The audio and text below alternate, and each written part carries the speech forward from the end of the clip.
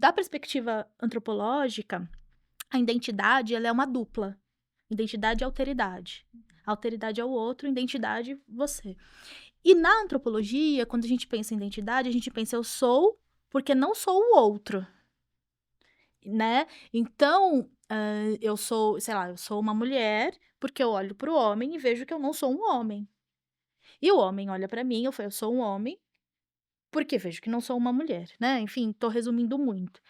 Então, quando a gente fala de pessoas negras e pessoas brancas, para além de ter a diversidade no público, é importante ter a diversidade na liderança. Porque tem muitas igrejas, sobretudo as igrejas mais populares, que elas são muito negras, mas as lideranças são muito brancas. E aí as narrativas são mimetizadas, que é um pouco o que o Fanon vai falar, né? Você é negro, mas bota uma máscara branca, porque você mimetiza a narrativa que você escuta de quem tá no poder de prestígio e legitimidade. Né? Então, por exemplo, o pastor tá no lugar de prestígio e legitimidade. Né? Então, e isso serve para tudo. Se você sofreu violência doméstica, o pastor fala, vamos orar, Uhum. ao invés de vamos denunciar, que é o correto, ou se você sofre racismo dentro do espaço religioso e fala: "Olha, pastor, falaram do meu cabelo, eu não gostei". E o pastor fala: "Não, mas somos todos iguais, não se coloque nesse lugar de vítima". Então, ou seja, se você não tem a diversidade sobre quem conduz aquele grupo, também não basta ter a diversidade no banco. Né, se a gente quer efetivamente, combater, né, os preconceitos, né. E até porque, gente, tem uma fala do Silvio de Almeida, né, que eu gosto muito, que ele fala assim: "O negro pode ser preconceituoso? Pode. O negro não pode ser racista, porque ele não vai poder". É importante colocar isso, as pessoas negras também têm preconceito, pessoas indígenas também têm preconceito, as mulheres têm preconceito, mas a gente não pode confundir preconceito, que é o fato de eu olhar para o outro e falar que não sou eu, e ter uma ideia pré-concebida sobre com um sistema estrutural que durante 300 anos colocou pessoas de um determinado cor de pele num lugar de submissão, seja a cor de pele negra, seja a cor de pele indígena. Nesse lugar de submissão, né. E aí, quando a gente fala de espiritualidade, só retomando nessa questão de identificação e espiritualidade, eh, Deus é um homem branco, né. Deus é É, um na homem branco, construção coletiva. a gente não vai negar que Deus é um homem branco na construção coletiva, no imaginário social. Do olho azul e o cabelo liso, assim, Exato, Jesus, né. Jesus, né, Jesus. um árabe do olho azul que foi inaugurado pela narrativa cristã, né. Mas enfim, essa mulher negra pobre, cristã, católica ou evangélica, que perde um filho pela violência policial e vai reconhecer esse filho no IML, sozinha, naquele gelo. Quem tá com ela? O Deus branco. O Deus branco que dá conforto, o Deus branco que dá força.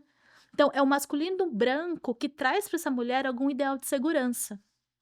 Embora as mulheres negras não sejam passivas. As mulheres negras, por exemplo, a gente pega a Irmandade da Boa Morte, né, em Cachoeira, elas fizeram uma irmandade católica, elas elas pagavam advogados para alforriar as pessoas. Elas davam uma boa morte para as pessoas, então elas enterravam pessoas negras de maneira digna.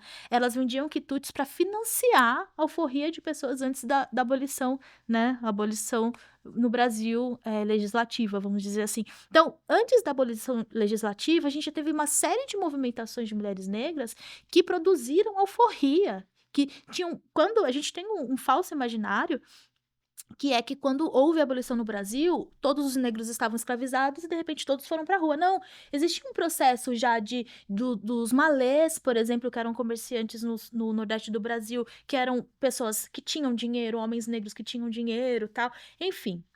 Hã, e por que que eu tô dizendo tudo isso? Porque o referencial, né, de passividade, submissão e fragilidade da mulher negra, enquanto protagonista da sua vida, ele não combina com, o imaginário da mulher negra que trabalha, que limpa a casa, que pega ônibus, que cuida de filho sozinho, que toma menos anestesia no hospital, porque acham que a mulher negra suporta mais dor do que a mulher branca. Então a gente tem relatos de partos de mulheres negras que elas não são anestesiadas o suficiente.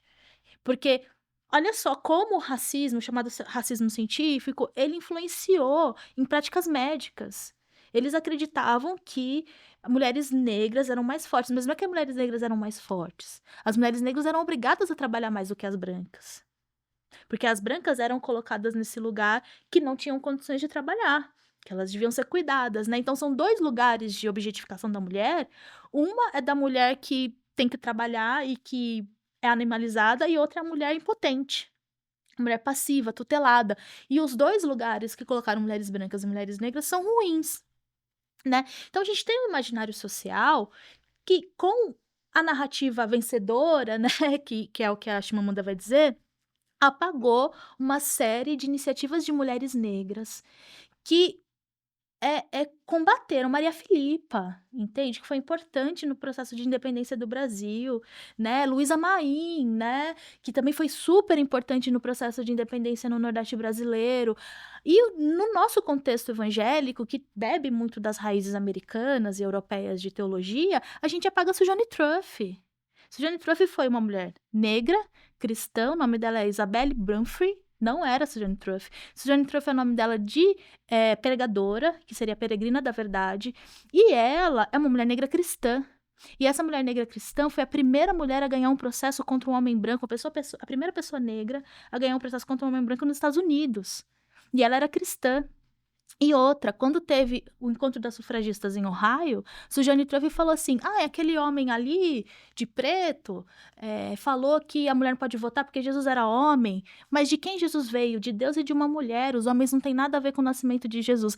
Isso é uma teologia revolucionária, é uma nova perspectiva de interpretar a Bíblia. Então eu não posso dizer que hoje nós estamos interpretando a Bíblia de maneira diferente. Suzanne Truff já começou com o discurso de interseccionalidade em 1861. E a gente, enquanto cristão, não pega essa mulher como referencial. Não pega essa mulher como referencial, né. Então, qual era a espiritualidade da Suzanne Truff? A espiritualidade dela é: "Quero manter meus filhos vivos". Qual é a espiritualidade da mulher negra? "Quero manter meus filhos vivos". Entende? Essa é a espiritualidade. E Deus, esse Deus branco, ele vem como a solução dos problemas da mulher negra, e isso é perverso.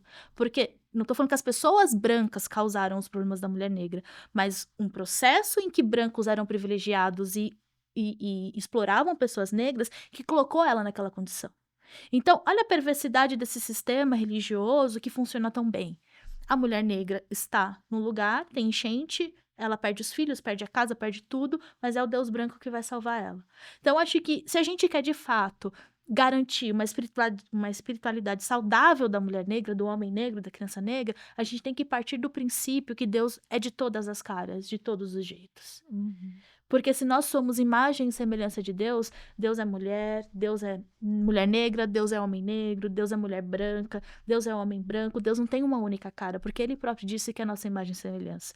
Isso porque a gente nem entrou no capacitismo, Deus pode ser uma pessoa com deficiência, Deus pode ser uma pessoa, enfim, porque nós somos imagem e semelhança de Deus, né. Então: "Ah, mas como Deus pode ter diversas imagens?" Eu não sei. Quando a gente for para o céu, a gente pergunta para ele, mas ele é. Mas isso não é dito, porque a gente universaliza a experiência, e a gente não pode universalizar a experiência. A mulher negra muitas vezes está orando para o filho dela voltar vivo de uma abordagem policial na rua. Às vezes então por isso que eu acho que família, quando a gente fala de experiência de mulher negra, família é muito importante, porque essa experiência de família segura, de família completa, de família cristã, né, de bem, não é uma experiência das mulheres negras, é da minoria das mulheres negras. E a igreja, a vinculação do discurso cristão com o discurso familiar é muito grande. Então essa mulher negra muitas vezes ela vai para a igreja porque ela atraída pelo discurso da família, só que a igreja não enxerga que o discurso de família para aquela relação das mulheres negras com família não é suficiente. Então a gente tem que rever isso, né. Quais são os pedidos de oração dessas mulheres? Quais são as angústias dessas mulheres, né. A violência policial é uma grande angústia. Se você pode a gente pode, por exemplo, a gente tá num doutorado, enfim, nosso filho adolescente pode não voltar para casa, mesmo a gente morando num bairro de classe média, né. Então, assim, eu acho que essas coisas são que perpassam a experiência de religiosidade da mulher negra, sobretudo porque ela tem uma experiência de mulher negra, mas ela imagina que o Deus que a protege é branco. Então isso é muito complicado, porque é aquela coisa, né, identidade e alteridade. Só que a relação religiosa tem que ser identidade e identidade. Mas a experiência religiosa da mulher negra é identidade e alteridade. Deus é outra coisa que não eu. Quando na verdade Deus já nos disse: "Eu sou a mesma coisa que vocês são semelhantes a mim", né, enfim, acho que é um pouco do que eu penso nessa relação de identidade e tal.